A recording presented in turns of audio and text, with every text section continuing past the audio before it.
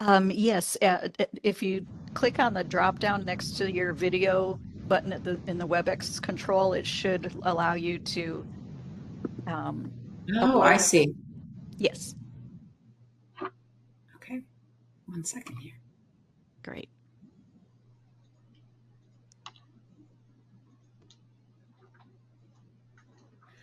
All right, I don't think I can make that happen in this period of time, but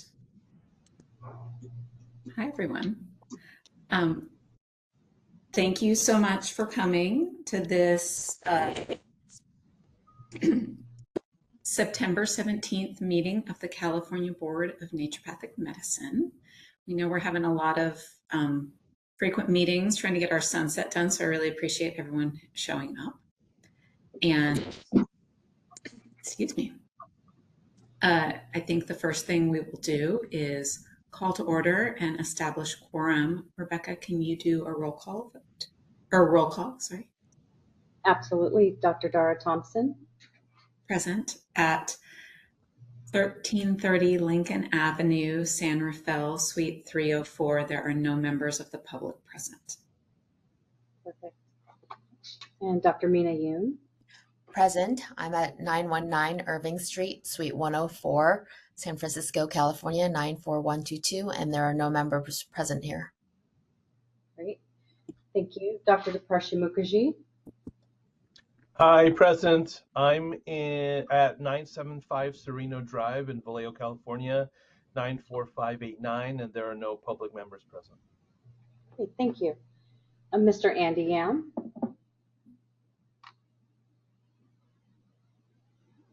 Hi, this is Andrew Yam. I am present at 2730 Delmar Avenue in Rosemead, California. And there are no members of the public here. Perfect. Thank you. And Dr. Bruce Davidson. Present also with Andy Yam in Rosemead and no members of the public. Perfect. Thank you so much. And there are no members of the public in the El Dorado room. All right. So we are now starting our meeting. The second agenda item is public comment on items not on the agenda. I think we just established there were no members of the public at the remote locations. Is there anyone in the El Dorado room, Rebecca? There is not. No. Thank you. Okay. Moderator, are there any members of the public online? There are no members of the public online. Okay, so do we just move on past this item since there are no members of the public present? Actually, we just got one member of the public log in, so we can go ahead and open public comment for items not on the agenda. Wonderful, thank you. You're welcome. So if anyone logged in on WebEx or in person would like to make a comment on an item that's not already on the agenda, you may look for the hand icon and click that to raise your hand. If you're on a mobile device, that raise hand icon might be behind the three-dot other options. And if we have any call-in users, they can press *3 to raise their hand. Are there any comments for items not on the agenda? I do not see any requests for comment. Shall I close that public comment period? Yes, please. Thank you. Wonderful. All right, moving on, excuse me.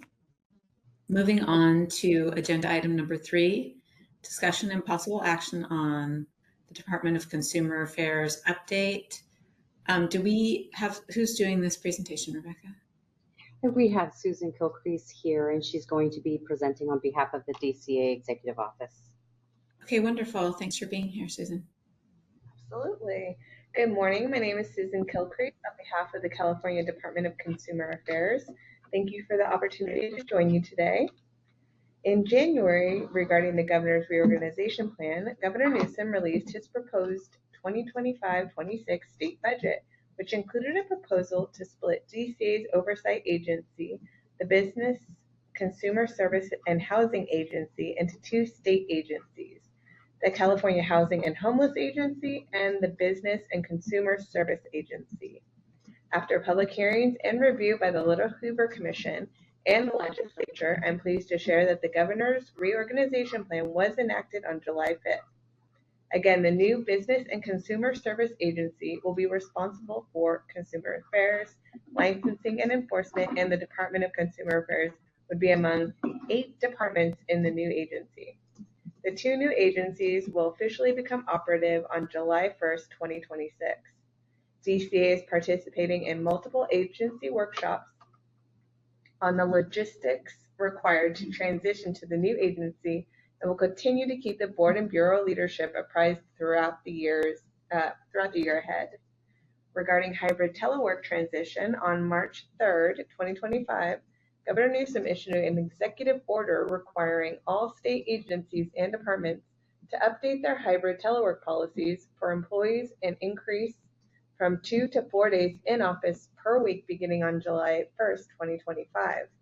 At the end of June, agreements with several labor unions representing employees within the Department of Consumer Affairs were released, delaying the 4-day in-office requirement by 1 year for most employees.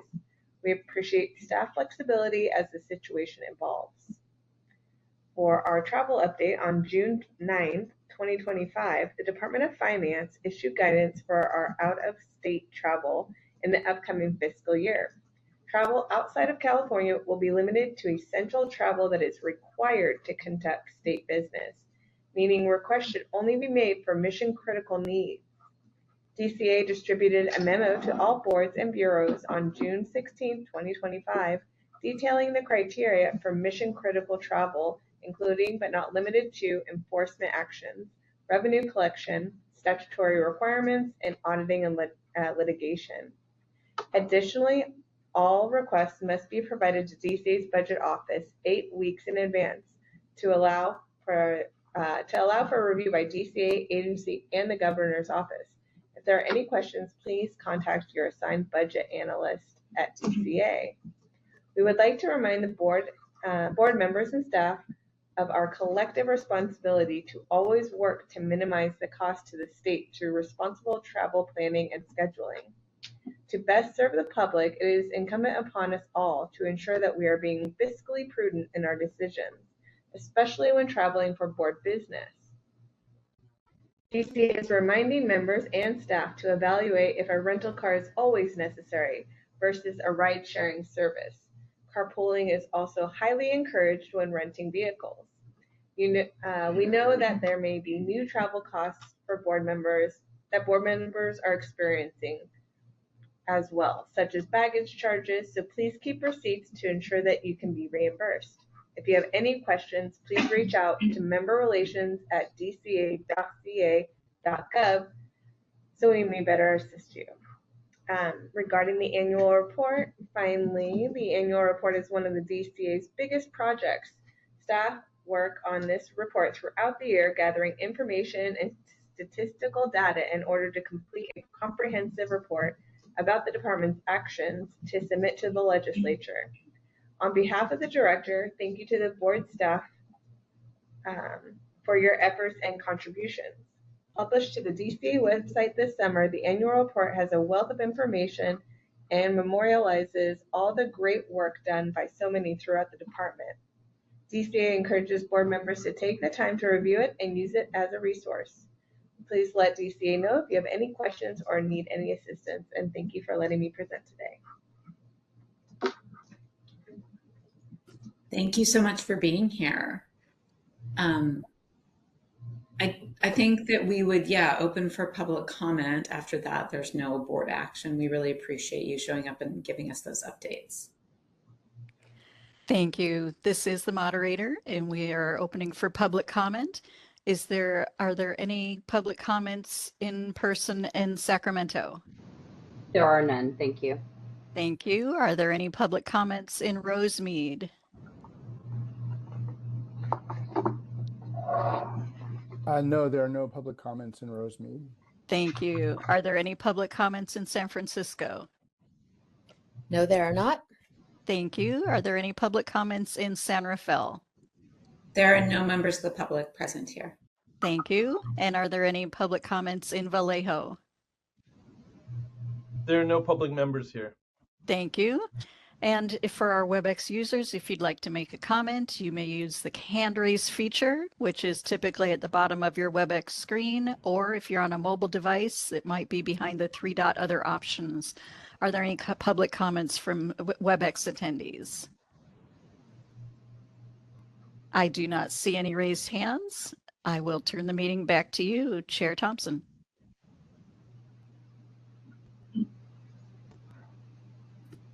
All right, moving on to agenda item number 4. This is review and possible approval of the August 20, 2025 board meeting minutes.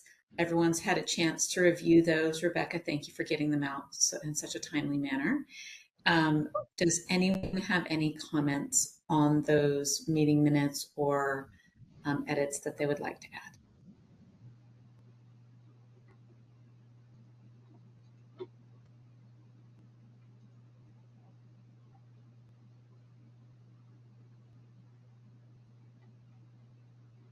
Okay, I'm not seeing any comments from any of the board members. Do we call for public comment on this one? Yes, please. Okay, great. Still no members of the public in San Rafael. Thank you. Sacramento, any public members? No public members here. Thank you. Rosemead, anyone in the from the public? No public Nope. members here. Thank you. San Francisco, any members of the public? No, there are not. Thank you. And Vallejo, any members of the public? No public members. Thank you. Thank you. And online attendees, if you'd like to make a comment on the minutes, you may look for the hand icon and click that to raise your hand. Are there any public comments from WebEx? I do not see any requests. I will turn the meeting back to you, President Thompson.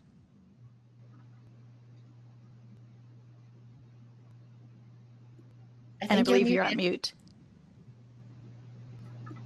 Sorry, thank you. Given that there are no public comments, then we would need a motion to approve the meeting minutes. I think we do need to go back to agenda item number 4. Approve the meeting minutes from the August 20th, 2025 board meeting. Would anyone like to make that motion? Yes, this is Dr. Yoon. I'll make a motion to approve the meeting minutes for August 20th, 2025. Thank you. Second. Wonderful. All right, let's do a roll call vote, Rebecca. My apologies. This is Board Counsel Yiping Lin. Because this is a motion, we need to see if there's any board discussion first and take public comment after the motion was taken. So that was my oversight on having public comment made first. Oh, okay. Thank you for that. All right, still no members of the public here. First of all, does anyone from the board now have a comment on the meeting minutes? I think we checked this earlier, but anyone?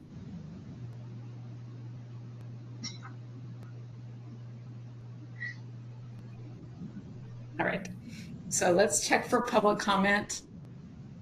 Moderator? Thank you. So no public in Sacramento still? No public in Sacramento. Thank you. And let's see, public in Rosemead? No members of the public. Thank you. San Francisco, any members of the public? No members of the public are here. Thank you. We've done San Rafael, or no, this time we should do San Rafael again. Still no members of the public here. Thank you. And Vallejo? No members of the public. Thank you. And for our WebEx attendees, if anyone would like to make a comment on the motion, you may look for the hand icon and click that to raise your hand. Instructions are on the screen. Any comments on the minutes? Thank you. I'll turn the meeting and the vote back to you. All right, now we're going to do a roll call vote. Rebecca? Great, thank you. I have a motion to move to approve the August 20th, 2025 minutes as submitted. Dr. Dara Thompson, Aye. Dr. Meena Yoon, Aye. Dr. Deparshi Mukherjee, Aye.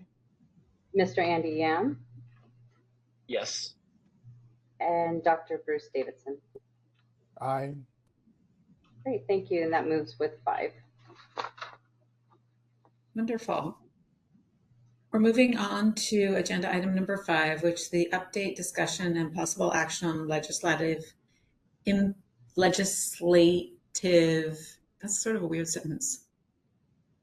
Legislation impacting the board and the Department of Consumer Affairs and or the naturopathic profession. Are you going to do this section, Rebecca? Yes, and so when I first put this onto the agenda, a lot of these bills were still active and going through the motion. However, since I believe it was the 13th, all of these bills have since moved through. And let me just go through them really quick. So AB 667, the Professions and Vocations License Examination and Interpreters. This bill was ordered to inactive file at the request of Senator Durazo. So there is no need to take any vote on that at this time. AB 742, Elawary, Department of Consumer Affairs licensing applicants who are descendants of slaves. AB 742 requires each board within the Department of Consumer Affairs to expedite the applications for applicants seeking licensure who are descendants of American slaves. Once the certification process is established by the to-be-created Bureau of Descendants of American Slaves, AB 742 specifies its provisions are operative only upon enactment of Senate Bill 518, which would establish the Bureau.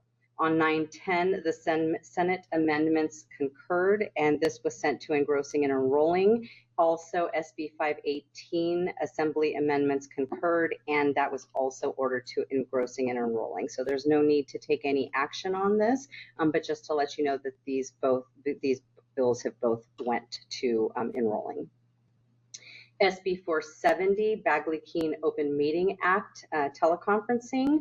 This bill extends the January 1st, 2026 repeal date for certain provisions in the Bagley-Keene Open Meeting Act until January 1st, 2030, authorizing and specifying conditions under which a state body may hold a meeting by teleconference as specified. On 9/8, this bill was in Senate and ordered to engrossing and enrolling. SB 641 Ashby, Department of Consumer Affairs and Department of Real Estate, States of Emergency Waivers and Exemptions. This bill authorizes licensing boards under the Department of Consumer Affairs and the Department of Real Estate to waive certain licensure and fee-related laws and regulations for licensees impacted by a declared emergency or disaster. Additionally, this bill prohibits unsolicited below fair market value purchase offers for property located in a disaster area and imposes fines and penalties on real estate licensee or any person who engages in such behavior. Finally, this bill establishes contractor requirements for debris removal during a declared emergency or disaster. On 9/13/2025, the Assembly amendments concurred, and this bill was also ordered to engrossing and enrolling. AB 447 Gonzalez, Emergency Room Patient Prescriptions, Dispensing Unused Portions Upon Discharge. This bill authorizes a prescriber to dispense unused medication acquired by a hospital pharmacy to an emergency room patient upon the discharge of that patient if the medication was ordered for and administered to the emergency room patient according to specified conditions. On 9/2, this was enrolled and presented to the governor at 3 p.m. AB 489 Bonta, Healthcare Professions, Deceptive Terms or Letters in Artificial Intelligence. AB 489 prohibits artificial intelligence, AI, and generative AI systems, programs, devices, or similar technology from misrepresenting themselves as licensed or certified healthcare professionals, and provides that developers and deployers of these systems are subject to the regulatory authority of state healthcare licensing boards and enforcement agencies. On 9/8, this bill was concurred in the Senate amendments concurred, and this was also sent to engrossing and enrolling. So at this time, there is no need for the board to take any action on any of these bills. Great, thank you, Rebecca. Are there any questions or comments on these bills? I have a quick question. What does it mean when something is sent to enrollment? Like, what are the next steps for it to be adopted? Did you want to take this? I will go ahead and let Susan take this, since this is her specialty here. Hello, this is Susan Kilcrease again. So once a bill goes into engrossing and enrolling, it is then sent to the governor. If you look up the bill, sometimes it will tell you like at what time and what date it was sent to the governor's desk. He has until, I believe, October 13th to sign and or veto bills. And there is a stipulation, I don't know if I totally want to say, but I believe if he doesn't sign or veto, and particularly some bills will then automatically be entered into law. But there is some stickiness with that. These should all be signed by the governor, or signed or vetoed by the governor. These would not be kind of those ambiguous ones. Okay, great. Thank you for that. Wonderful. I don't see any other questions or comments by the board, so let's move to public comment. This is the moderator, and I will go through the cities to make sure there are no requests for comment. Are there any public comments in Rosemead? No members of the public here. Thank you. Any public comments in San Francisco? No members of the public here. Thank you. Any comments in San Rafael? No members of the public, thank you. Thank you. And any comments in Vallejo? No public members. Thank you. Thank you. And on WebEx, if you'd like to make a comment on the legislative report, you may look for the hand icon and click that to raise your hand. That hand icon might be behind the three-dot other options if you are on a mobile device. Are there any comments on the legislative update? I do not see any raised hands. I will turn the meeting back to you, President Thompson.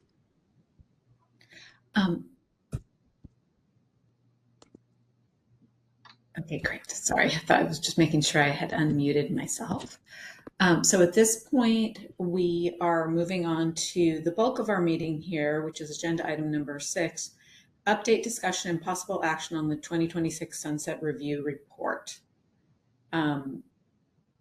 Rebecca, I'm going to let you run this portion. Great, thank you. So I sent this information out to all of the board members, so I hope that you guys had a chance to look over what has already been added to the Sunset Report and to familiarize yourself with the questions and the types of data tables that they're requesting this year. So just really quick before we get started, were there any questions about kind of the layout or the questions that are being asked in the Sunset Report? Any of the board members?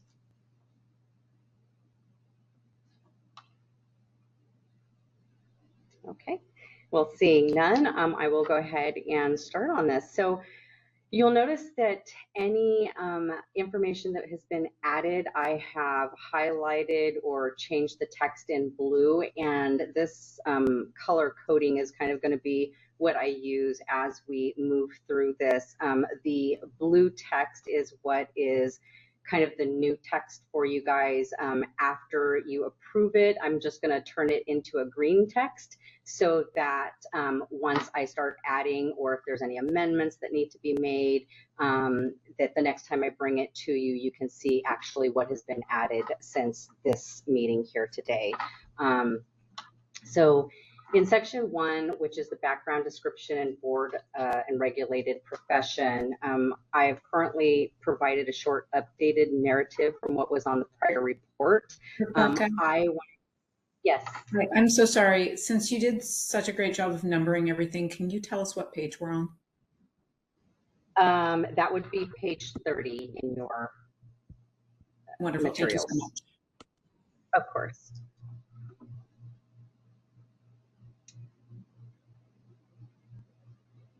So I currently updated, again, a short updated narrative from what was on the prior report. What I'm wanting to know from the board, if you guys have had a chance to look at the 2021 Sunset Report, the introduction was quite lengthy. It included things such as a brief history dating back to the 1800s, and speaks to the father of naturopathic medicine, Dr. Benedict Lust. It also outlines the history of naturopathic medicine throughout the 1900s and what it is today. Additionally, this included early history of naturopathic medicine here in California. It gave history on the Bureau and how it became the committee and then to the board. Current practice in California, the education and training. It also included approved naturopathic colleges and CNME sets of standards that are taught, including the breakdown of study in the first through fourth years of study, a comparison of the basic science education amongst naturopathic, allopathic, and osteopathic doctors, the NPLEX information and how they reflect similarly to general physician standards on the USMLE and COMLEX exams, scope of practice in California, and pharmacology hours required at school for graduation.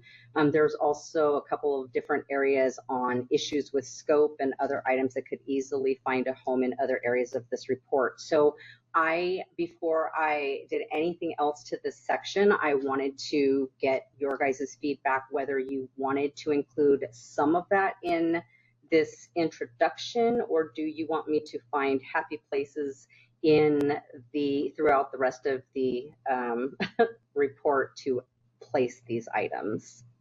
Because I do think that they are important items to know, but I think that there may be some better places to put them in this year.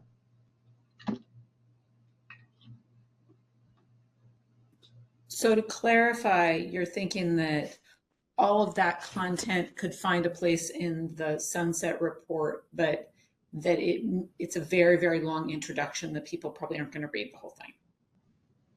It is a very long introduction, and I'm not going to say that they're not going to read it, because the joint committee, they read the entire report and 2 and 3 times. So I can tell you that they do dive deep into that report, and I do want to make sure that they have all of that historical information. And I think that we can still add some of it up front in this introduction section 1 portion. But I think a lot of these things, like the approved naturopathic colleges and the set of standards that are being taught and the breakdown of the first through fourth year of study, can be put under the education and training.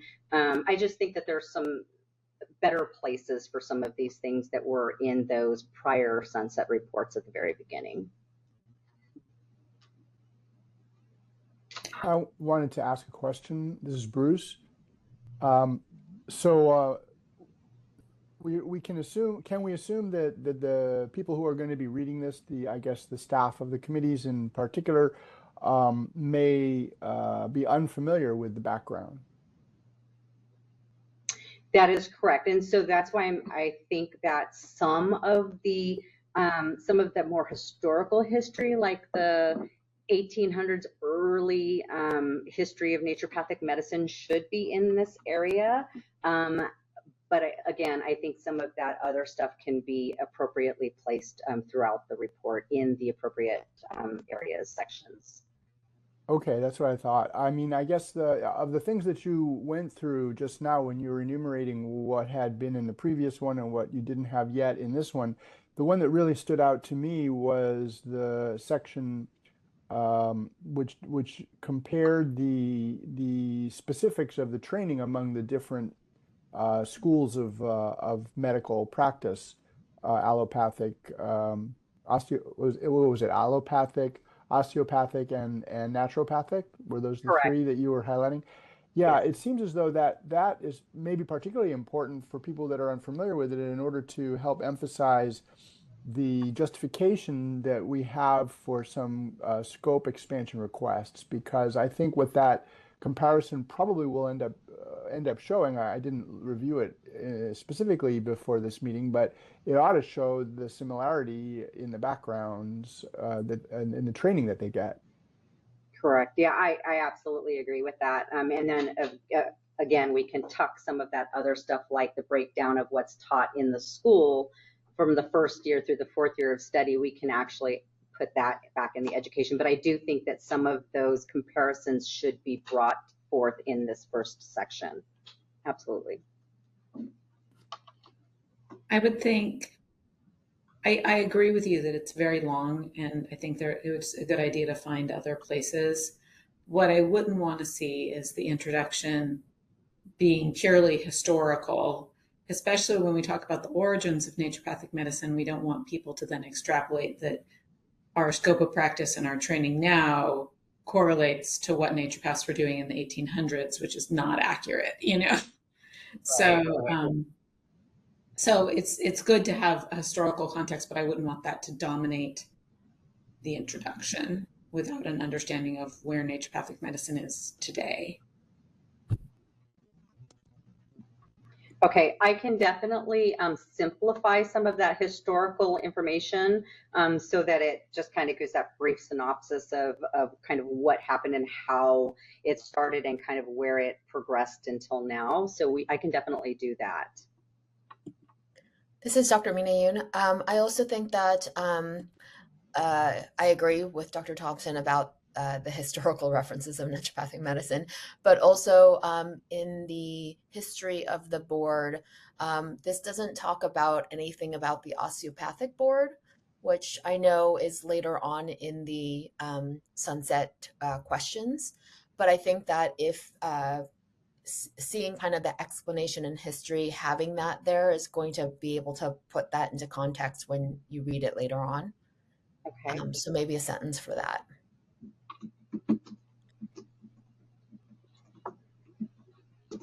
And I also wanted to just make a quick mention. Senator Burton passed away a little over a week ago. So just a shout out to him, since we would not be here if it wasn't for him. Absolutely. Thank you for that.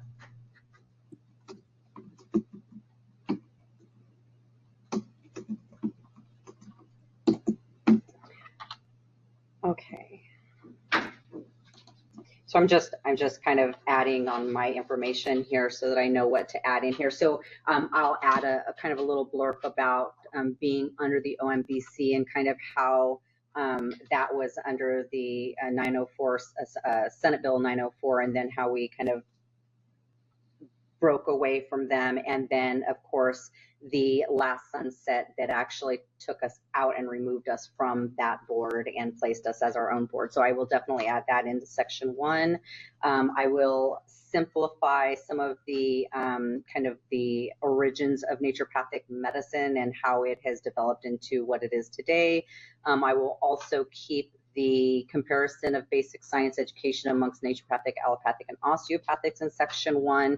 And for the rest of those items, I will find appropriate places within the report to make sure that this stuff is still relevant and portrayed appropriately.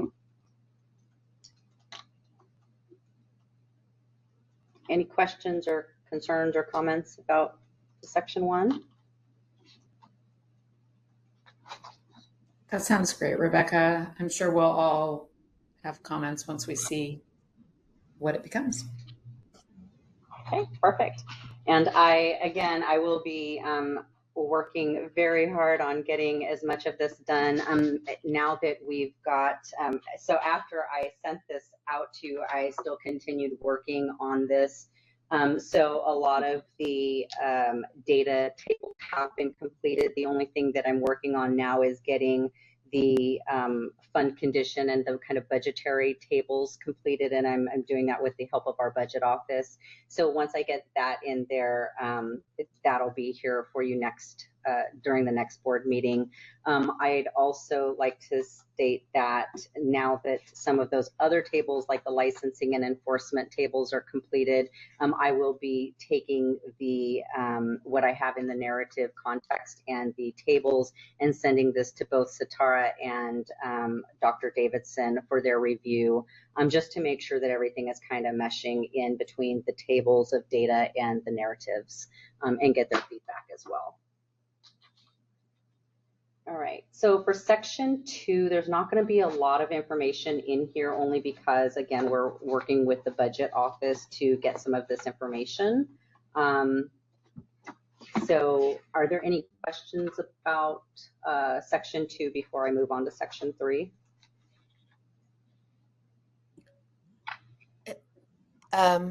Just going back to the minor surgery portion. So the other committees, they actually have a little bit of the description under the function, but this one doesn't actually mention minor office procedures in that function portion, which I just wanted to specify. I can't see the whole thing on my screen right now. So right, and so that part is not complete yet, and I will be amending that whole entire section. So I will add the MOP on there and bring it back to you guys on the next one as well. Thank you so much for pointing that out. And this is the moderator. As a point of information, you should be able to zoom in by using the plus and minus buttons at the top of the WebEx screen. This is Bruce. I had a question on the first section. So on the attendance table, I don't remember, do you get to put an attendance table in for everybody? I see it's just Dr. Thompson here. Yeah, so I actually had staff working on this. There were some things that I just wanted to amend in those, so I'll be adding everybody's as I get those done. But yes, Dr. Thompson's is in there. Everybody else's will be added as well. And what it'll do is it'll include any of the meetings that you guys have been to, including any subcommittees or advisory committees that you may be a part of that you have attended. So since your appointment, it will have every single meeting that you have attended. And if you missed a meeting, it will show that you were absent for that as well. Okay, that's great. And then in table 1B, I don't know whether this is relevant or not. It's just, it seems as though Dr. Yoon is in there twice. Yep, you are right. She sure is, because we like her so much. thank you so much. I did No notice doubt. that as well. I will make sure that I remove that first one, and we'll, since that one's a little funky in the format anyway and doesn't Well, actually, match. the second one, my name is spelled incorrectly. So Oh, You're right. Okay, well, we'll just keep that first one and we'll make the formatting appropriate on that date term expires. And then Dr. Thompson, I don't remember this specifically, but I noted here it shows that you were first appointed in 2015. Is that accurate? How many terms? I mean, are you in your second term like I am? Yes, Bruce, that is accurate. I've been here a long time. So what happened is I was first appointed to take over somebody else left in the middle of their term. Yes. And so those first few years didn't count as a term, as a full term. And so then since that time, I've served 2 full terms and am finally terming out soon. Thanks for refreshing other things. my memory on that. I'd forgotten the history there. Thanks. Yeah. Oops, sorry. All right. Thank you so much for pointing those out. I have made notes of those items and I will make those amendments and bring them back to the next meeting. All right. I believe that there were no questions about section 2, the fiscal and staffing information. So I am going to go ahead and go to section 3, which is the licensing program. Let's see here. I am actually just going to bring my document up on my computer so I can make some of these notes as we move forward.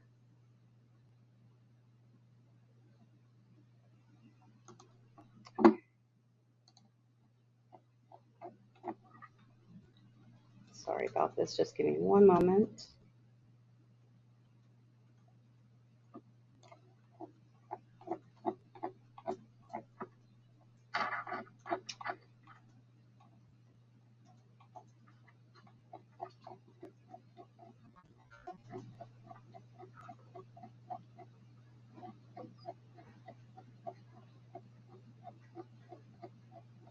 Okay, so did anybody have any questions about what I have in the licensing program section starting on page 37?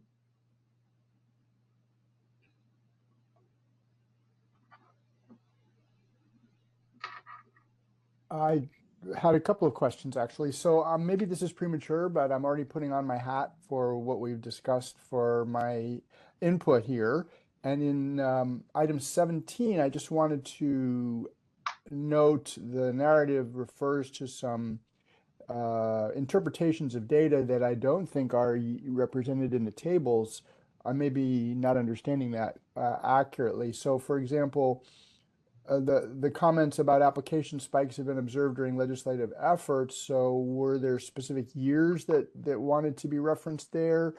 Because when I look at Table 7A, I'm not sure that that's really reflected there. And similarly, well, yeah, I mean that's basically it. Oh, and then yeah, so that's the first question, and then the second part of that item 17 response about the attrition rate of new licensees. That would assume that we're doing an analysis of the comparison from year to year of those who are first licensed and then whether or not they renew. And I don't think that that's highlighted in 7A as well. So I guess just maybe this is for moving forward as we develop this into more detail. Those would probably need to have a little bit of data behind them in order to prove the point. Sure, absolutely. So for that first comment that you made about the fluctuation of applications, so this has been what has happened in the past. So I will add that in the past, application spikes have been observed during legislative efforts, because we have noticed that in when they were trying to do, the CNDA was trying to do SB 538. It also happened again when I believe it was 739, whatever it was. So there were a couple of times where you could see that the applications started coming in a little bit more from Bastyr, because I believe that this stuff is kind of talked about during their residencies and during their attendance in school there. So I do know that CNDA does a good job of dealing with the students and giving them the information of when they tend to do a legislative push. So I will change that to include that this was in the past. Historically, we've seen this. It has not been the case in the last 4 years, only because there hasn't been any legislation pushed from the CNDA in that time period. So I'll make some amendments there. At the time of attrition, the attrition rates for new licensees. So I can definitely add a small table under this to show kind of where the first 2-year licensees, how many of those have just let their license lapse after that 3rd year. So I can definitely run a report and get that information and put a table in here to show that representation. Great. Yeah, I think that would make it stronger, just to make sure that we're solid there. Okay. And then, yeah, I guess for the first part of the comment that I made, it may be, as you say, in the past, but also maybe just sort of a phrase could be added that said, for example, in such and such a year, there was such and such a spike, just because I guess there must have been specific years where that occurred because there was specific legislation. So maybe just a for example there. Perfect. Yeah, absolutely. Rebecca, are there any services or surveys if somebody doesn't review or doesn't renew their license, why it is the case that they did not? Since the last time that we sent out that survey, there has not been another survey. When we had back in 2020, when we sent that last survey out, and we got a lot of feedback from that, the majority of the survey responses were that they left the state due to scope. They left the state due to the cost of doing business in California, which is unfortunately nothing that we can do. And I believe that the cost of licensure back then was also a little bit high. If it was high then, it's definitely going to be high now. So if we sent that survey out, I don't know that we would be getting a much different responses, but we could. I don't know that it would, if we could get a survey out and back in time for this, but we could definitely try if you'd like to do that. I know that Andy brought this up during the last meeting as well. Yeah, what was the date of that last survey? Oh gosh, I believe it was, I think it was the middle of 2020. I'd have to go back and take a look, but I know that it was, we actually did it for the last sunset. Oh, okay. Yeah, I think another survey would be fantastic just to get some more insights, but that's me. Anybody else have any opinions? This is Bruce. More data is always good for me. Yeah, I mean, I think the data would be great to have. I think the issues that we've had is that we tend to not get great participation in our surveys. Rebecca's worked really hard to try and motivate people around that. And then, I mean, we could always try. It's just unclear if we get the data back in time. Yeah, response rate would be important. Absolutely. I will work with Solid. I know Solid has a great team that can put together a survey for us, and we can get those out probably within hopefully the next couple of weeks. So we'll get this out. I would need to get it out and back in time so that we have it prior to November, because during our November meeting, the board is going to have to approve the report in its totality. Could we reach out to the CNDA and just have them flag their members that the survey is going out, just so there's more awareness of it? Absolutely, absolutely. And I'll send some kind of pre blasts out to everybody as well, letting them know that there's going to be a survey coming out and to keep their eyes open for it.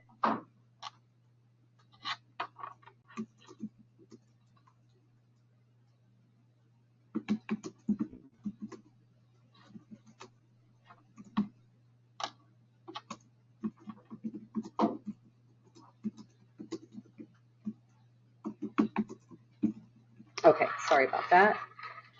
All right, I got that survey in there.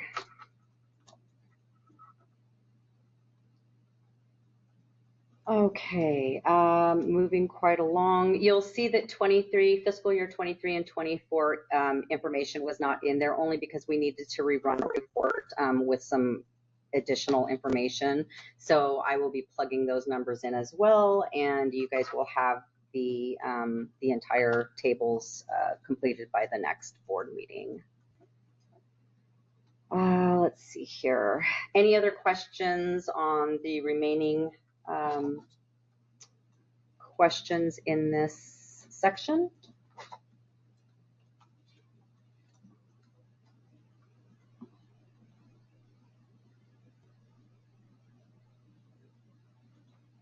All right, great. Okay. Sorry. Let's see. Is this still in this section about continuing education, or have I jumped ahead to the next section? Continuing education. Where is that? There's examinations. I think this is the same section. Yeah, and item number 30. I'm sure you must, be keeping track of this yourself, but you do have some placeholder XXXs in there.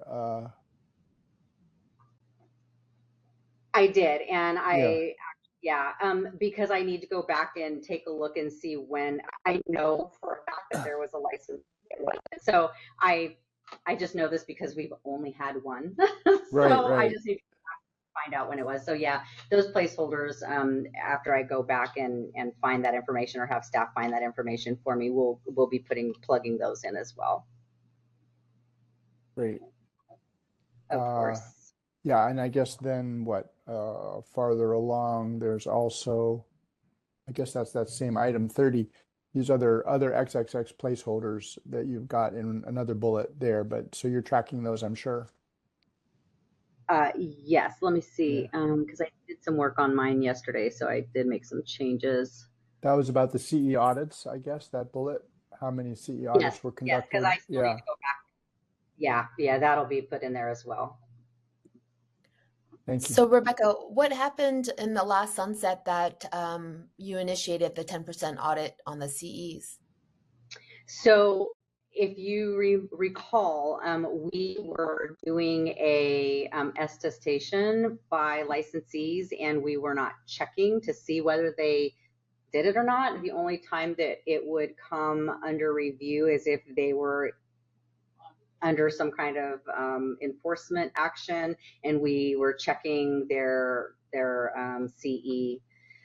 So when we put that information in the prior sunset, they asked why we were not auditing, and I said because we didn't have authority to audit, so they kindly placed that into our statutes. So we do actually have the authority now to actually go and do a random audit. And at the time, because of our staff and because I reached out to other boards and bureaus to see kind of what their magic number of percentage of audits were, 10% seemed to be a very consistent percentage of licensee checks. So you're roughly doing 100 per year? Is that? We do it every month, so 10%, 10% every month. So yeah, I guess we would be meeting 100, I guess, if you look at it that way. Okay, thanks.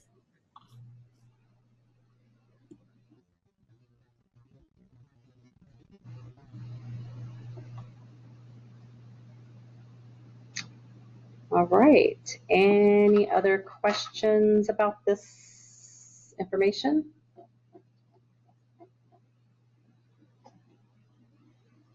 Okay, well then we're going to dive over to the very fun part of this report and go to page,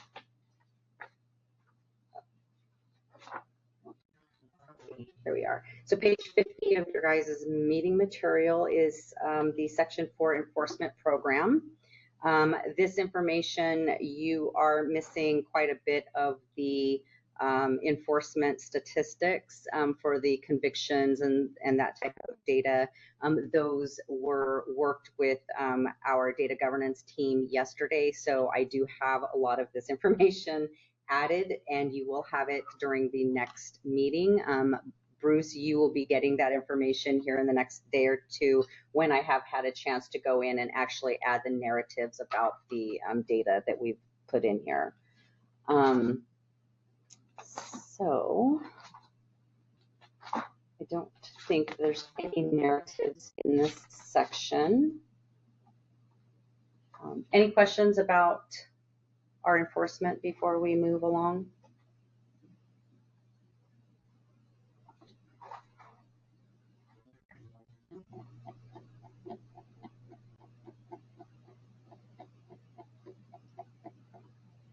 All right. In that case, we're going to go to page 57. I'm sorry, we'll go to 56 first, just so that you guys have the opportunity to have any questions about the public information policies. There's no narratives here yet, but if you had any questions about the questions that are placed on this report, 50 through 55, or if you want to see something in here, please let me know.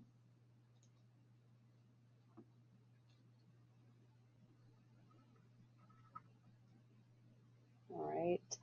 The section 6, the online practice issues, I will be adding the information about the unlicensed activity that we see so much in our licensees profession. We will add that information in here. Of course, it's been in all of the prior sunset reports as well about our issues with the unlicensed population not doing what they're supposed to. And then on page 50, yes. For the online practice, how do we know those numbers? I feel like there's been a huge surge of telehealth since the COVID pandemic. Like, how do we know that? Sure. So our enforcement staff actually keeps track of whether it is an unlicensed or activity or whether it is one of our actual licensees. And when they go and do the desk investigations, they can tell whether this is somebody that is has an online presence or if they don't have an online presence. So we can definitely go back through those enforcement stats and figure out who had that online unlicensed presence, and that information will be added here. Okay, so this is just about enforcement issues. This isn't like, they're not asking for as a whole, as a profession, how much are our practitioners practicing online? Yes, to a point. If we have any licensees who were in trouble for doing things that they're not supposed to online, whether it's, I don't know, putting misinformation out there, something to that effect, we can add that here. We really have not seen a lot of issues with our own licensees and online practice issues. There have been a couple of folks who are outside of California who are a naturopathic doctor and we're working within our state and we're not licensed here. So we would add that information in here as well. But to that point, we don't have very many licensees who have had issues with online practice. Absolutely. Yeah. And my question was less like, because where this is placed, they're not asking us generally, like the way the question is worded, it seems like they're asking generally part of it. Generally, how many of your licensees participate in online practice? Am I reading it incorrectly? Practice. I guess it would kind of, they're asking about the online practice and whether it's prevalent in our profession, the licensee's profession, and then whether there's any unlicensed activity issues with that. So I will be discussing, we really don't track that data of our own licensees, whether they have an online presence or not. I would want to say that the majority of our licensees do. Most folks have a website, whether it's just a flat website, flat page website, or whether it's interactive. We unfortunately don't track that right now. I don't know that we have the resources or the ability to do so, but we will answer this. Totally. I guess more my question is, are they asking about people doing, like, does this pertain to telehealth? Because I would say almost everyone in medicine is doing some level of telehealth these days, right? Yeah, exactly. And so we'll speak to the telehealth that the majority of our licensees more than likely have a website. I know a lot of our folks have been licensed in California and are not currently in California, and they are doing telehealth solely in California. So I know that there has been an uptick in those types of licensees where they are actually out of state, but they practice in-state telehealth. There has definitely been an uptick in that type of arrangement in licensure. I would say within at least the last 4 or 5 years since COVID. Okay.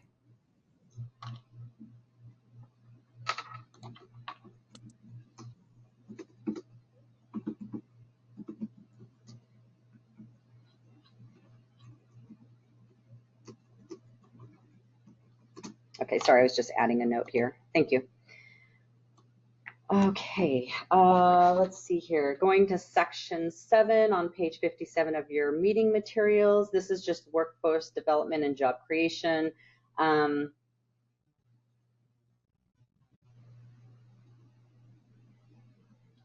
So, unfortunately, our board is very small. We have a very small staff. We don't do very much in terms of workforce development for licensure. However, we do our very best to get applicants licensed very quickly, and we are still within, I would say, 7 to 10 days, business days, of their completed application being reviewed and approved. So we do our best to get applicants out there and working to the best of our ability. But when it comes to working with the schools, things like that, we do every now and then reach out to the schools, of course. We have a couple of consultants from Bastyr that work with the board. So we try to do what we can there, but we really don't have a whole lot that we can add here. But I will be adding some narrative information here to the best of our ability, and I will be bringing that to you guys during the next board meeting as well. I think what I do want to do is in the providing any workforce development data collected by the board. Unfortunately, we don't have that kind of data. I can reach out to CNDA to see if they have any such information. And if they'd like to share it with us, then we could share that from the association, but it wouldn't be our data.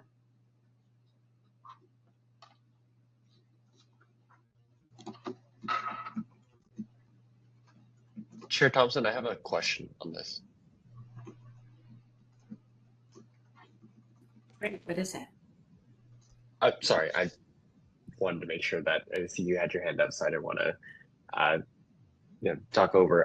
So Rebecca, quick question. Is it my understanding that, I guess, I didn't really know that workforce development is sort of part of our purview in the sense, like, is that correct? That's correct, and it's not per se. We don't work with the schools. We don't approve schools. We don't approve residencies. So there's not much that we can do as a board besides getting somebody licensed and out there to work. That is just beyond the board's ability to do so. So I think that they asked this. I know that there are boards such as maybe CSLB that have programs and stuff together to get people trained and out there in the workforce. I believe Barber and Cosmo also has some sort of similar thing where they go to high schools and junior colleges and try to get new applicants that way, new licensees that way. So there are some things that can be done. We are on a very tight budget, so outreach for us is hard to do. We have travel, of course, is something that we're not supposed to be doing so much of right now because of the budgetary restraints. So again, we can do what we can as much as we can, but that's kind of where we are right now. Okay, thank you. I was just asking just because I know, we focus so much on the regulatory component and making sure that we're protecting consumers that, because this was something that was, I think, of interest to me in terms of I think just talking more about the profession somehow, some way, again, doing it in a very cost-effective way. And so just seeing it in this section, I was just like, oh, it seems that maybe this is something that we can potentially work on, I think, later on down the line on the board. Because it seems like as it's asked in the sunset review. Absolutely. Now I can say that for question 62, what action has the board taken to help reduce or eliminate inequities experienced by vulnerable communities, including low and moderate income communities, communities of color, and marginalized communities, and otherwise avoid harming those communities? I can definitely say that the last time that we did a survey and took the data for our licensees who work in those underserved and underpopulated areas. I believe it was 86 or 87% of our licensees are in those areas. So I know that, you know, we have licensees that work with those vulnerable communities.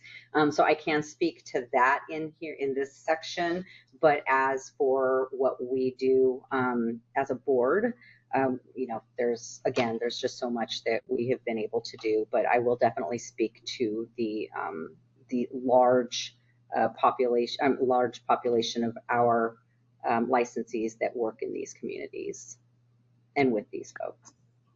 Absolutely. And I think also maybe one thing that just came to mind at the moment was I think also just, and I guess I look at this as workforce development in a sense, but I think, Rebecca, your responsiveness to, you know, the licensee population, I think is one thing that I think is, you know, something that you've done that is not, I mean, it's sort of workforce development because it keeps people in the profession, feels like folks have a responsive licensing agency.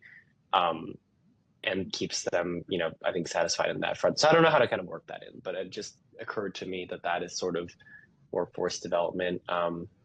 Folks have felt like you know, that the board is responsive and they like that, want to keep practicing in California. That would just be maybe a small thing to maybe add somewhere in there.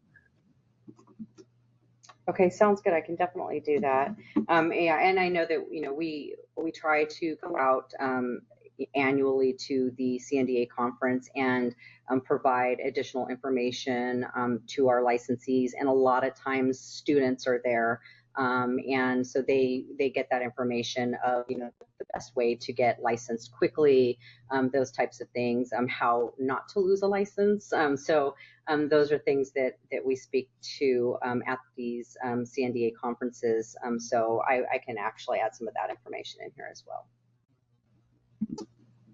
Perfect. Thank you.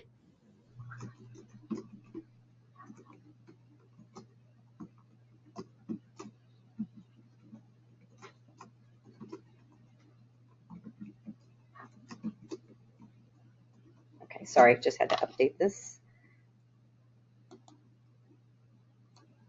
Okay, Section 8, current issues. So describe how the board is participating in development of online application and payment capability and other secondary IT issues affecting the board. So I will be kind of including all of the stuff that we've done, how we keep our website very clean and clear. We also continually add information and resources on that website. We also have Breeze. You know, we're constantly updating and putting amendments into Breeze to assist licensees and applicants on how to properly go in and submit an application online, that type of thing. So I'll be adding some information here about those items. Any questions there before I move on to Section 9?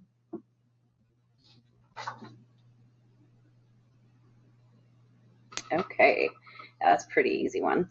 All right, so Section 9, board action in response to prior sunset issues. So you can see that I've actually added some information on here, name and placement of the committee. Does the statute establishing the committee within the Osteopathic Medical Board accurately reflect the status of the independent regulatory entity? So basically what we're doing here is we're just updating the legislature on what happened after last sunset. So basically, we're just going to kind of say, you know, as of, you know, April 1st, 2024 or 2023, I believe, we moved over to, you know, out from under the Osteopathic Medical Board. We changed our name in regulations to, you know, appropriately reflect the new name. So all this information is going to be added into this here.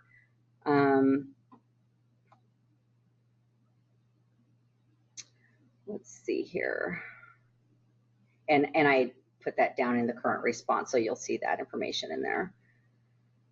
I will also be looking to make sure that there were no other items in there that we need to add here, but if there are, I will be adding those as well. Any questions with that first one there? Okay. All right, so section 10, the new issue. I'm sorry, Rebecca. I did have a question, just a more of a general question here. So as I recall, the process was we prepare a report, the legislative staff then analyzes it and writes the background paper. They come back to us with questions. We Yep. answer their questions, and then there's legislation that's advanced and passed to continue the life of the board. So do we have somehow the material that you sent and what I was just looking at in preparation for this meeting didn't seem to include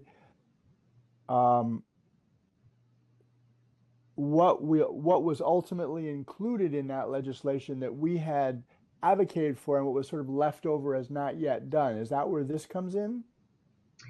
No, this is just basically if there were issues that were brought up to the legislature during the last report, and there was either legislation done or if it wasn't placed in that bill, our sunset bill, they just kind of want to know where we are with that. And because there was the portion of the name change from the committee to the board, establishing us as a standalone board, I wanted to update them on kind of what steps we took to complete this action for them. Right. And I do believe that there are some other ones in there too that I do need to go in and add in here. I just wanted to get some of the really big stuff in here first, and what I could, so that we had some material to go over in today's session. Right. No, that's good. This is good. And clearly this is a very important one because they did respond favorably to our request for this name change, and we have moved forward to make full use of it. So it's important to show that. Yeah. So I guess there were other things that that maybe we'll be bringing up here, which will be about, which will highlight what still needs to be done that wasn't done that we asked for last time. Absolutely. Is that yeah? Yeah, absolutely. And Bruce, I can definitely send out a copy of the sunset bill language that was carried for our sunset bill, so that you have all of that information of exactly what they did do for us during that last session. So I will definitely send that out to you so that you have that. I believe you guys have already once, but it has been a long time, so I will definitely get that to you. Okay, thanks. Of course. Right. Any other questions on that section? Okay, so moving along. So on page 59 of your materials, we are at section 10, which are new issues. And we are placing the fictitious name permit information back in here. Again, this was something that was in the background paper. They thought that there was a good enough justification that we had during the last sunset review to look further into this. They wanted us to kind of get some more information and to bring it back to them. And so that's what we're doing in this sunset review report, is bringing that fictitious name permit issue back up. So basically, the issue at hand with this is the board seeks the authority to establish a fictitious name permit program to improve consumer protection and regulatory oversight of naturopathic medical practices. Currently, consumers may only know a practice by its business name, making it difficult to identify or track the responsible licensee when filing a complaint or investigation. I'm not going to read this whole thing. I just wanted to kind of reiterate exactly why we need this. So an FNP program would require licensees to register and disclose ownership of any practice operating under a name other than their own. aligning with practices already in place at the Medical Board of California, the Osteopathic Medical Board of California. They already do this, so it's not out of the ordinary for doctors to have to apply for a fictitious name permit when they are practicing under a name other than their own. This would enhance enforcement by allowing the board to link business names directly to licensed naturopathic doctors and prevent confusion from misleading or duplicative practice names. We have noticed, excuse me, we have noticed that some of these non-licensable naturopathic practitioners are using naturopathic medicine in their practice names. This would also, I think if we were to be able to get the naturopathic FNP program into place, we would be able to have a little bit more authority and enforcement actions on going after naturopathic practitioners who are using the naturopathic medicine naming conventions. Also, we would be able to track enforcement issues a little bit easier. So if somebody comes in and says, yeah, I went to, Sunshine Naturopathic clinic, I don't know who the doctor was, but they did X, Y, and Z, our staff could easily just go in, pull up that FNP, find out who the officers or the owner of that said practice is, and we could open up an enforcement case more easily that way. Also, when we have multiple licensees in one practice, it can assist us that way as well. Further, when I was the coordinator of the fictitious name program for the Osteopathic Medical Board, there are a lot of times where those naming conventions don't meet the requirement of the corporation naming conventions, and they weren't allowed to use them. So this would keep those practices from being able to use names that are not allowed under our current statutes. So what I did was I added the background information in here of kind of what our rationale was for having this put into place, and to, that it would better serve the public, it provide more consumer protections, and just kind of gave a little bit more information about why we need this time. Also gave the recommended solution about the requesting the authorization to issue the fictitious name permits, establish an application fee to cover processing costs, and implement a renewal fee to maintain fiscal neutrality, and enforce compliance with permitted fictitious name usage. Any questions about that or concerns with this? I have a clarification. So the DBA and the fictitious name is something that is registered anyway to the Secretary of State, I believe, as a corporation, correct? And so are you requiring them to have that, and then also separately to our board? Are we submitting this? Are they submitting the same thing that they received from the Secretary of State and to our board, and then we give them a separate permit for that? Yes, that's correct. And that's the same thing that they do with the Osteopathic Medical Got Board. it. Okay. California. That is correct. Okay. And the fictitious name permit would be for any name. So it could be a sole proprietor. It wouldn't even have to be a corporation. If they're using anything other than their actual legal name to practice, then they would need a fictitious name permit, even if they're a sole proprietor. Is this something that also our board, for example, I think on the secretary, I think on the website, it is public knowledge who owns the company, corporation. Is that something also that on our website we would publish who would be the owner? I don't know that we would put it on our website per se, but it is information that we would have internally on our side of the website of who the officers are owning shares. If there are other practitioners, licensees such as an osteopathic physician or a allopathic physician that is also an owner, we would need to make sure that they only hold 49% of the shares and not our licensee would have to have a majority share for it to be issued with our board. If the ND was a 49% shareholder and let's say a DO or an MD was the 51% shareholder, then that licensee's board would need to issue the fictitious name instead of the ND's. Okay. Does that make sense? Yep, it makes sense.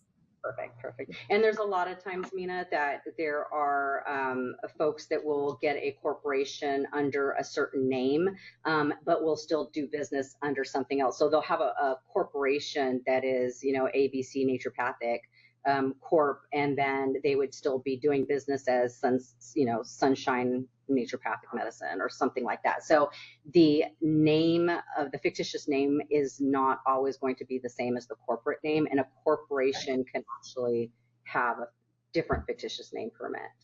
Yep. Okay. Perfect. Thank you. Of course, absolutely.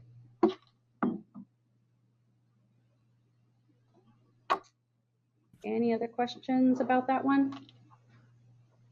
I have a more general question. Sure. So I know that one of the things we're pushing for in the sunset is allowing us to modify our continuing education requirements. And I'm sorry if I missed it, but where is that going to go in this report? I haven't. That's going to be under the new issues. I did make a mention of it under the CE education section already, that we see concerns that we don't have the ability to make those changes. So I've already kind of brought it to their attention up in the earlier part of this report, but we're going to add it as an issue here in this new information. Okay, great. So it's not there yet, but this is the section it will be in. That is correct, yes. Okay, thanks. Of course.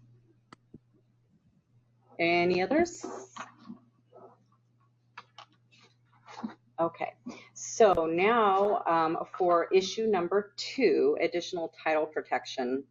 This was another item that the legislature knew that it was a concern of ours. They weren't quite ready to make any changes or amendments within statute during that last reporting session.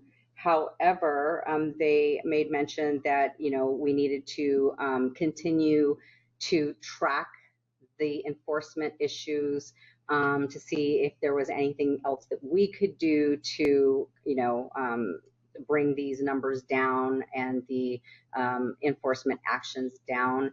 How it has come down a little bit, but it's still a major percentage of our enforcement is higher than 60%.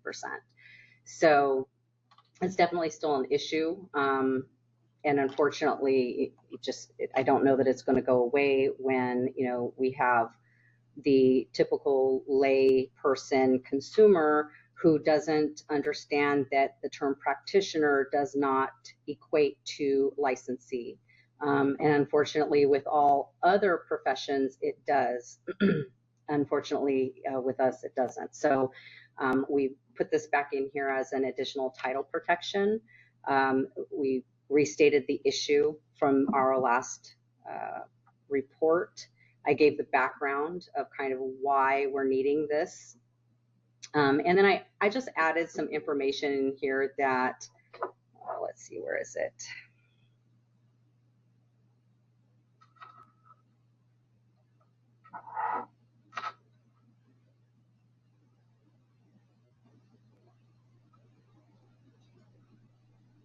So I added, I understand that there's probably going to be some pushback from the lay naturopaths on this.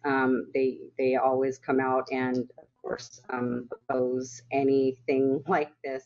However, I had to add some information here, and I put that the board also recognizes and respects the historic and cultural contributions of traditional naturopaths who have often played meaningful roles in promoting wellness through natural methods and holistic philosophies. However, in today's regulated healthcare environment, ensuring clarity in professional titles must take precedence over preserving professional identity when public safety is at stake. And the way I see it, and the data that we have, that still shows that more than 50% of our enforcement cases are unlicensed activity, and we have consumers who are hurt by these unlicensed folks. And a lot of times when we ask them, did you think that this was a licensee? And they said yes. What made you think that this is a licensee? Because everybody's calling them doctor and they're a naturopath. So of course they're going to put two and two together, and that's kind of what they come to. So I wanted to make sure that we really highlighted this information in here. The recommended solution, of course, we have this information in here. I'll let you guys go over that. But are there any concerns?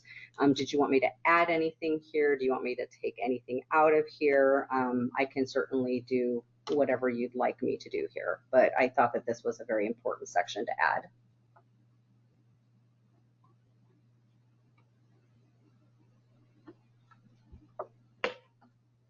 I thought it was very well done. So thank you, Rebecca. Of course, thank you. I would agree with that as well. And Perfect. Rebecca, just a quick question. How receptive is the Sunset Committee usually to this portion? So, it's kind of hit and miss. If we can justify and have a good rationale behind why we're asking for this, and it's not that we're just wanting to have the title and keep it close to the chest and not let anybody else do any kind of work. It's not that at all. If the consumers that we see that are putting in these complaints told us that they knew that this was an unlicensed person, and that their concern wasn't that they're portraying that they're a naturopathic doctor, then I don't know that we would have such an issue with this, but that's not the case. The majority of the consumers that are placing these enforcement cases into us and these complaints truly believe that they're seeing a licensee.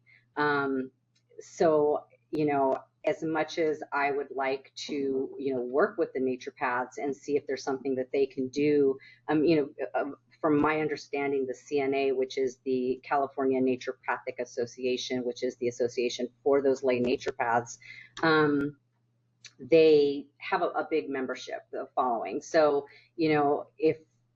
if we could have them, give this information to their folks and they work within those parameters, I don't think it would be an issue, but that's just not the case. I don't know what it is. I don't know if they tell them that there's nothing that we can do, but from my understanding and from past conversations with members of the CNA, they absolutely think that they are allowed to call themselves a doctor because they have a doctorate that says that they have a doctorate as a doctor of naturopathy. They also don't think that we can take action on them and cite them and issue a fine, and we absolutely can if they are in violation of any part of our Naturopathic Doctors Act. So there are some big misconceptions on their part of what we are allowed and authorized to do. And every time one of their folks gets a citation and fine from us, it is what it is. So I would hope that they're not providing misinformation to their members that's causing all of this, enforcement actions that needs to be taken. But I just don't know what else to do. I know we've had conversations in the past with them to see if there's anything that they could do. I think that they've tried, but I, again, don't know what it is that they do with their members, but it's just not happening. Yeah, and I think two notes on this section for the improved public protection customer consumer, clarity component of it. One is that I would, just given what you had mentioned, that to include in this section that, just existing consumer inquiries or complaints or, whatever the word might be, have acknowledged this as an issue, right? I think that that's important to note. And I think secondly, as well, is that I would, maybe add like another sentence after the expanding title protections that kind of circles back to consumer clarity, because I think as it's written now, it looks like expanding title protections that individuals using medical sounding titles have met the education, saying that to make sure that the profession is, or when they're using the title, that the profession requirements are also met. But also it allows, to that point that you had just made, that consumers can also, when they see naturopathic medicine, naturopathic doctor, they know, or again, when we are able to kind of do more of this public education, they know exactly what that comes with, and they know exactly who they're seeing, exactly how qualified they are to be performing their duties. So I think another sentence would be helpful to that, to reiterate that point. That circles back to the consumer clarity component. Perfect. And that's under the recommended solution.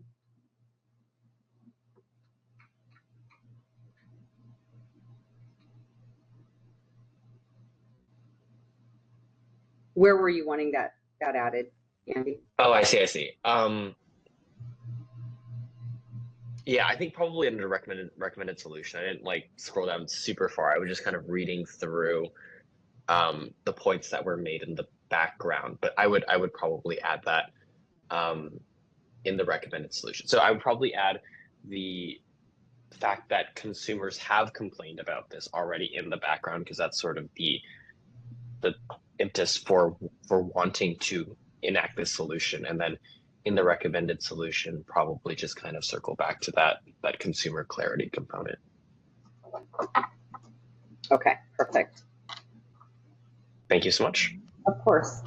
Thank you. I have one more addition as well. Under contributes to legal and regulatory consistency, which is one of the bullet points.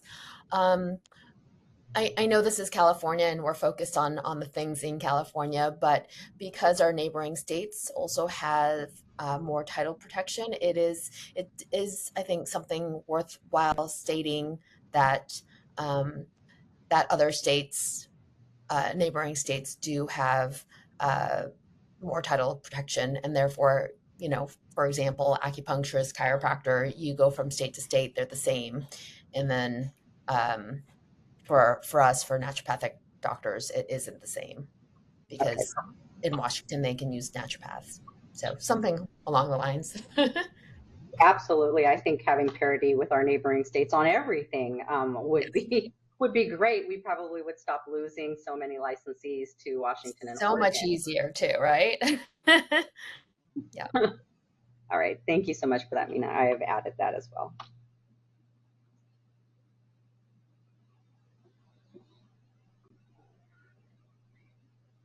Any other questions or comments on this section?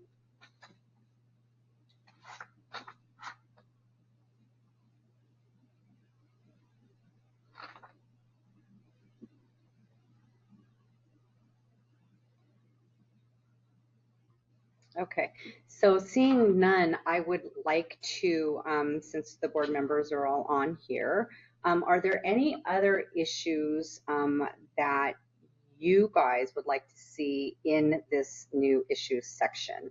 I am planning on putting in a section that naturopathic doctors are not in line with other healthcare professionals that are allowed to sign DMV paperwork, that type of stuff. So I will be adding a section on that. But is there anything that you guys, off the top of your head, that you can think that needs to be added to this new section, new issue section? Rebecca, I know this isn't something that goes through in sunset, but I think it's always helpful to continue to bring up the formulary in every sunset, because it is such a patient safety issue. I don't know if it goes in new issues because it's really torturously long ongoing issue, but I just want to make sure that every time we have a sunset until this issue is resolved, we're bringing it up as an issue. Okay, absolutely. Okay, and then I'm also going to be adding the CE, of course, issue here, that we don't have the authority to do a directed CE in our statute, and we would like to have that added. Yeah, we don't have the authority to make any changes to our CE requirements. Okay. Problematic, yeah. And Dr. Thompson, I want to offer my concurrence on that as well. I think anytime we can discuss the scope component, I think is always important. Yeah, absolutely. And you know, I just feel like the formulary is such a clear public safety issue. Absolutely. You know, just the inability to prescribe something in an emergent situation is so clearly a public safety issue. So especially with, sorry, I know I'm preaching the choir here, but especially with the, you know, severe primary care shortage we have in California. I mean, I can't tell you as a practicing doctor how many of my patients cannot get a PCP that is in network with their insurance. Absolutely. I just made an appointment and it's like a month and a half out, so I totally get it. All right. Okay, so I have the scope issues. In particular, we have the formulary. We've got the minor office procedures that are very limiting.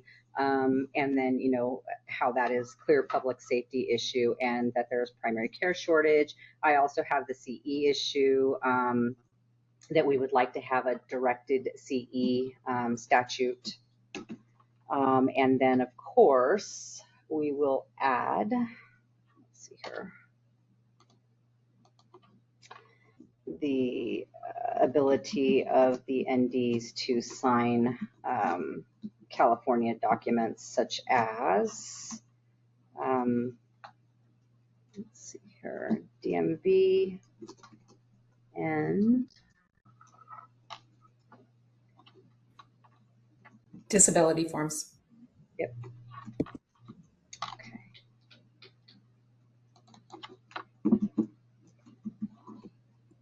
All right, and I've got that added here as well. I don't know if this is something that we want to consider, but I know that I think prior to our previous sunset, we had included the naturopathic medical assistants, but we still are not able to hire registered nurses. I'm not quite sure whether or not that is something that we feel like we would want to include in this sunset go around. Right. So we can add. I think in the area where we have the scope issues, we can actually speak to the inability to bring on RNs, and that's just because at this point in time, our scope is more restrictive than an RN's, and I think that is one of the major reasons that you guys don't have the ability to provide orders to a nurse right now, is because their scope actually is broader than an ND's. Okay.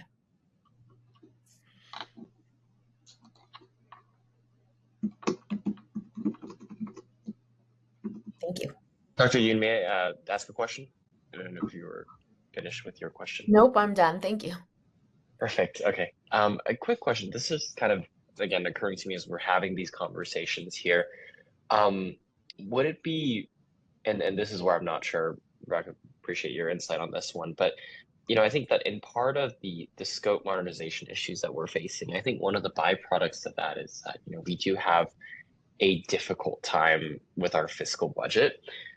Just, you know, purely because of the fact that all of our, you know, revenue is accrued through is mostly accrued through like license renewal, right? And so it's a sort of existential problem, because I think that if, and I don't know how to kind of like word this in a way that, you know, kind of works with the legislature, but it's like the fact that if we're not able to increase our licensee population, the cost of doing business is always going to continually go up. And if we're not, just looking at the numbers of like our licensee population, if it's not going up regularly, and growing, then how are we supposed to meet the demands and meet the challenge or meet the, I guess, the responsibilities that's set forth in the bill that authorized this board.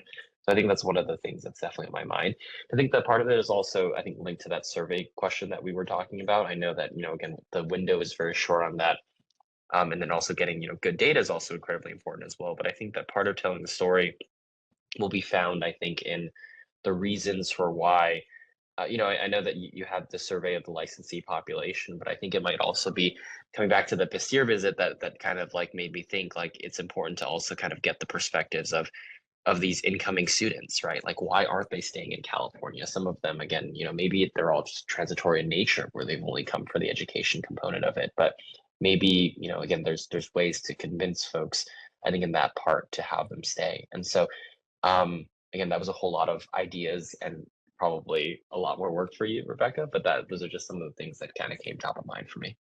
Absolutely. And what I can do is when we're discussing the scope issues in our new issue section, I can definitely kind of speak to the small population due to the limited scope being one of those kind of caveats to the fiscal imbalance.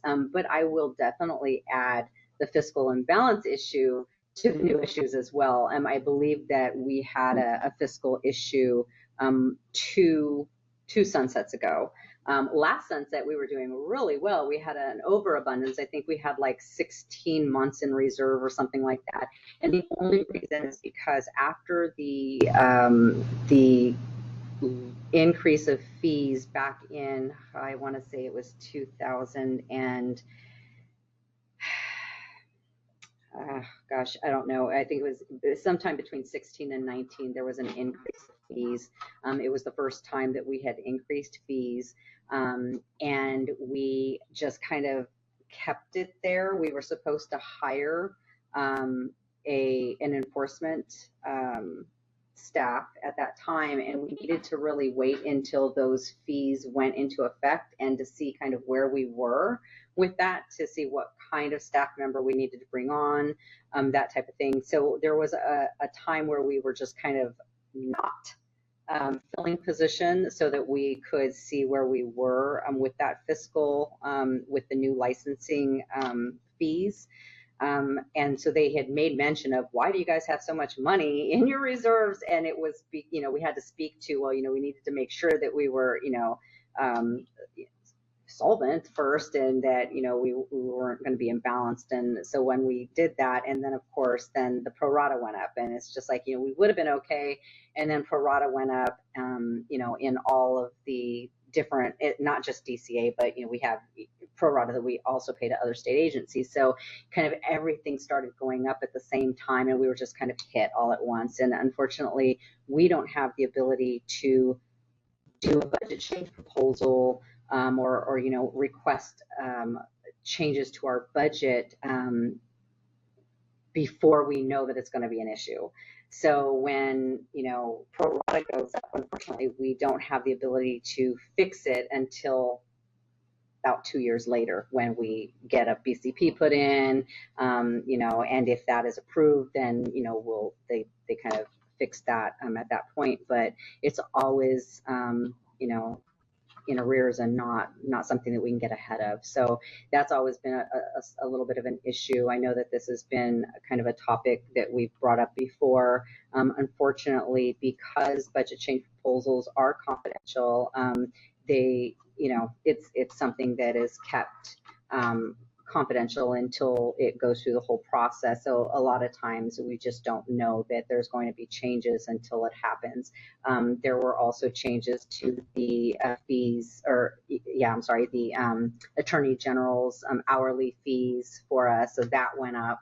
So there was just a whole bunch of things that happened all at once that really created this kind of imbalance in our budget. So I will definitely be adding that to this new issue. But a lot of it, unfortunately, is like Andy said, we have a very small population.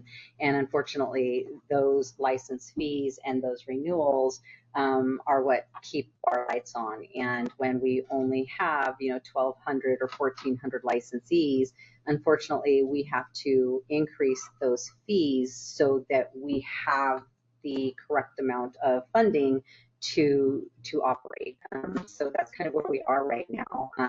If we ever got to the point where we had an abundance of licensee population, then we could definitely lower those fees. And that I hope to see before I retire.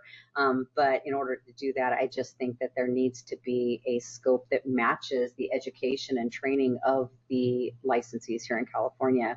They've got 200,000 plus, in student loans, and just like allopathic and osteopathic physicians here who have a full scope and can get into a practice where they can pay those back.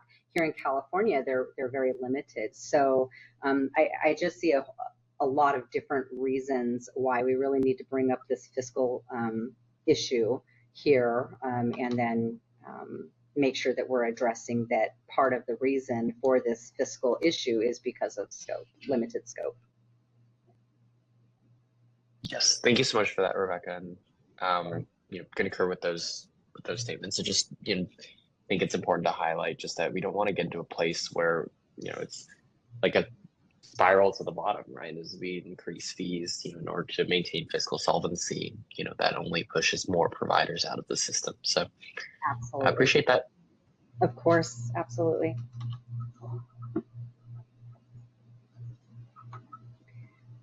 Right. Any other questions? And I'll probably come up with some more things as I go through the last issues of the last prior sunset report. But I will definitely bring those back in the October 8th meeting. And I know, Bruce, you'll be hearing from me a lot more between now and October 8th. So yeah, anything else? I know we went through this pretty quickly. I thought there was going to be a lot more. But I guess you guys are kind of okay with the information that is in here currently.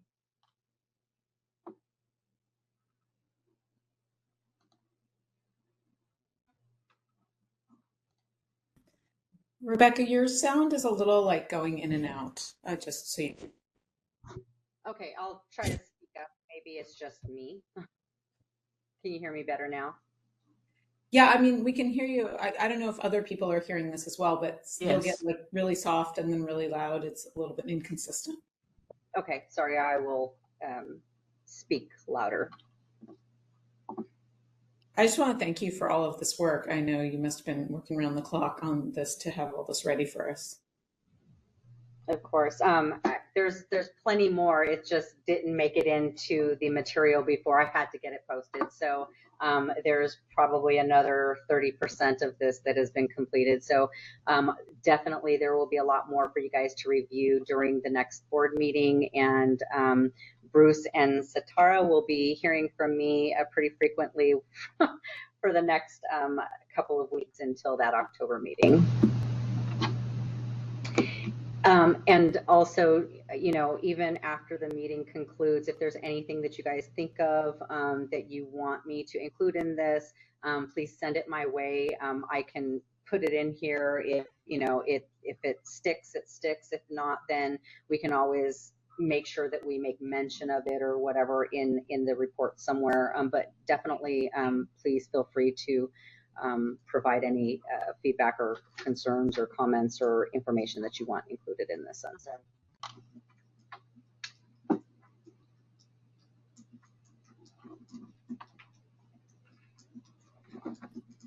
Is that the end of your sunset presentation? That is it for now, yeah. Wow, okay, great. I think we need to ask for public comment. Moderator? Thank you. This is the moderator. If anyone would like to make a public comment, we will go step through the cities. In Sacramento, do you have any members of the public? No members of the public here. Thank you. And Rosemead? No members of the public. Thank you. San Francisco? No members of the public here. Thank you. San Rafael? No members of the public. Thank you. Vallejo? No members of the public. Thank you. We do have one member of the public on WebEx. If anyone would like to make a comment on the Sunset Report update, you can look for the hand icon and click that to raise your hand. If you're on a mobile device, that hand might be behind the three-dot other options, and each speaker will have 3 minutes. Are there any comments on the Sunset Report? I do not see any raised hands. I will turn the meeting back to you, President. Okay. So now we're just moving on to agenda item number 7, which is future agenda items and next meeting dates. I think we're set with our next meeting dates. Rebecca, you got the one in December scheduled, correct? Yes, that will be scheduled for December 3rd. Okay, great. And let me just go over these really quick. So let's go over all the meeting dates to make sure everyone has them on their calendar. Absolutely. So our quarter for regular meeting scheduled for October 8th. We will also have a section and agenda item for the Sunset Review there as well. So again, I'll be bringing this back to you guys in a couple of weeks. And then we have another special meeting scheduled for November 19th. This here is going to be the meeting where we have to finalize the report. So after that November meeting, we will not be making any changes to it. At the end of that meeting, I will be making any amendments that you guys approve, and then that approved draft will be sent over to our publications editing folks over at DCA, and they will be drafting the report with the cover, the table of contents, all of our attachments, everything. And then they will be giving that draft back to us. At the December 3rd meeting, you guys will approve it, say yes or no to the table of contents, the pictures that they use, that type of thing. If you guys are okay with it at that point, it will go over for printing. We will be making several copies of these sunset reports to send over to the legislature.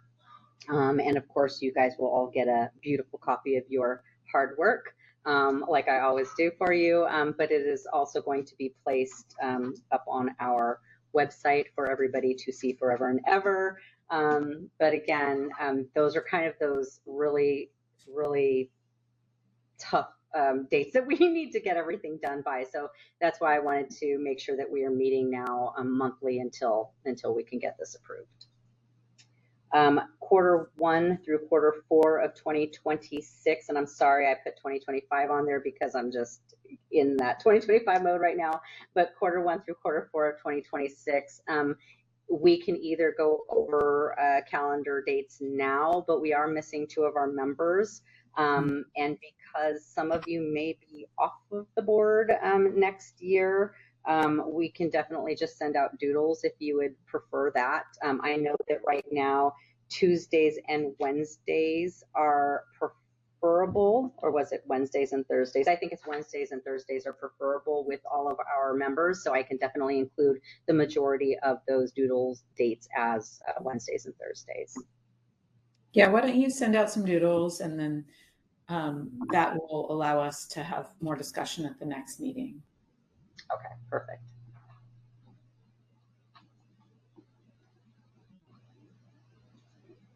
I did have one thought about an agenda item for the October meeting. Will the IV therapy language be back from its legal review by then?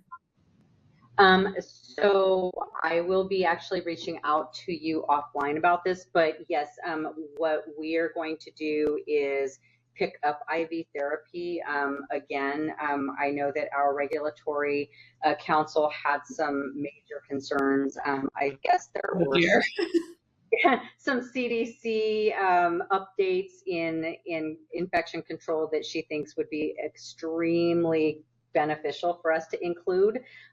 So I agree. So I will definitely be reaching out to both you and Virginia to see when we can get that put together. And then I'm going to invite our regulatory council as well, so that they can kind of guide us as we move through this, just in case they have some input. It's always great to have them there, so we'll go ahead and have them there as well. I know that we're trying to get this done because you have a very limited amount of time on our board at this point.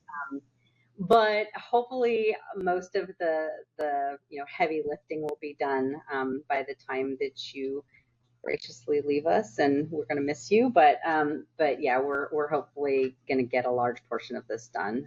But it's still far off. So, but we will be bringing it back to the board meeting. Great. Well, I'll look forward to hearing from you on that. Do we have any other things we need to cover today? I think that was our last agenda item. Do any of the other board members have future agenda items that we didn't mention yet?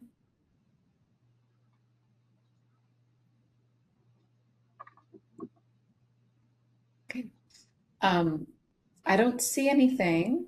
I think we should ask for public comment on this agenda item, and then if there's none, we can adjourn. Moderator. Thank you. And are there any public comments on future agenda items or on the future meeting dates in Rosemead? No members of the public are here. Thank you. And in San Francisco? No members of the public are here. Thank you. San Rafael? Still no members of the public here. Thank you. Vallejo? No public members. Thank you. Sacramento? No public members. Thank you. And if any of our online attendees would like to make a suggestion for a future agenda item or have a comment on the future meeting dates, you can look for the hand icon and click that to raise your hand. Any comments? I do not see any hands raised. I will turn the meeting back over to you, President. All right. Well, at this point, I am going to adjourn the September 17th special board meeting for the California Board of Naturopathic Medicine. It is 11:02 a.m. Thank you, everyone, for getting here early and getting started so we could do this important work. I'll look forward to seeing you. What date in October is that again, Rebecca? October 8th. October 8th. See everyone on October 8th. All right. Thank you so much. Have a good day. Bye. Bye. Thanks, everyone. Take care, everyone. Bye. Bye, thanks. Thank you.